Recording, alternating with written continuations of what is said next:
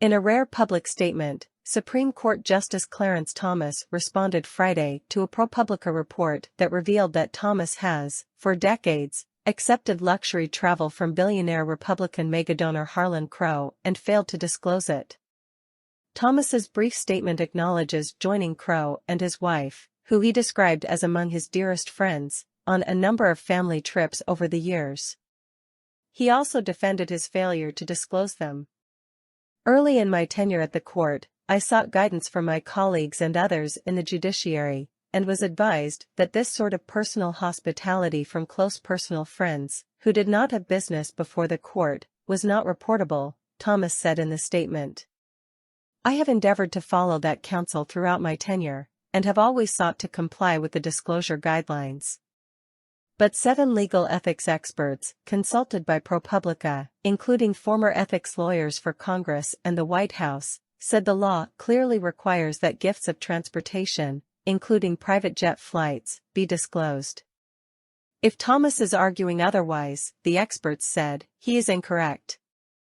A Supreme Court spokesperson did not immediately respond to questions for Thomas about the specifics of the advice he was given or who he consulted.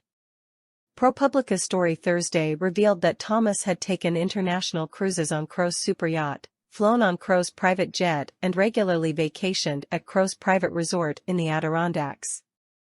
In one instance, Thomas flew on Crow's jet from Washington Dulles Airport to New Haven, Connecticut, then flew back 3 hours later. Thomas did not respond to detailed questions for that story. His statement Friday did not dispute ProPublica's reporting about his trips. It also did not address broader criticisms from ethics experts and other judges that by repeatedly accepting such trips, he broke long-standing ethical norms for judges' conduct. In a previous statement to ProPublica, Crow said that Thomas never asked for any of this hospitality and that his treatment of the justice was no different from the hospitality we have extended to our many other dear friends. A law passed in the wake of the Watergate scandal, the Ethics in Government Act, requires Supreme Court justices and many other federal officials to report most gifts to the public. Justices are generally required to report all gifts worth more than $415, defined as anything of value that they don't repay the full cost of. Gifts are disclosed in an annual financial report that is made public. There are exceptions, and experts parsing the legality of Thomas's failure to disclose the travel have been focused on a carve-out known as the personal hospitality exemption. The exemption states that gifts of food, lodging, or entertainment received as personal hospitality don't have to be disclosed. The law defines personal hospitality in a way that further limits the exception. It only applies to gifts received from an individual at that person's home or at properties that they or their family own. ProPublica asked the 7 legal ethics experts about the exception and Thomas's statement. All said that the law's language clearly requires that gifts of transportation, such as private jet travel or cruises on a yacht, be disclosed, and said Thomas appears to have violated the law by failing to report them. I don't think you can make an argument that private jet flights need not be included under the statute, said Stephen Gillers, a professor emeritus and ethics expert at New York University Law School. It is absolutely impossible that anyone could reasonably interpret that exception to apply to private jet flights, said Walter Schaub, former director of the U.S. Office of Government Ethics. Not in any universe. Richard Painter, who served as the chief ethics lawyer for the George W. Bush White House, said Thomas's explanation of why he didn't disclose the trips makes absolutely no sense. Painter emphasized that the exemption only covers 3 categories: food, lodging, and entertainment.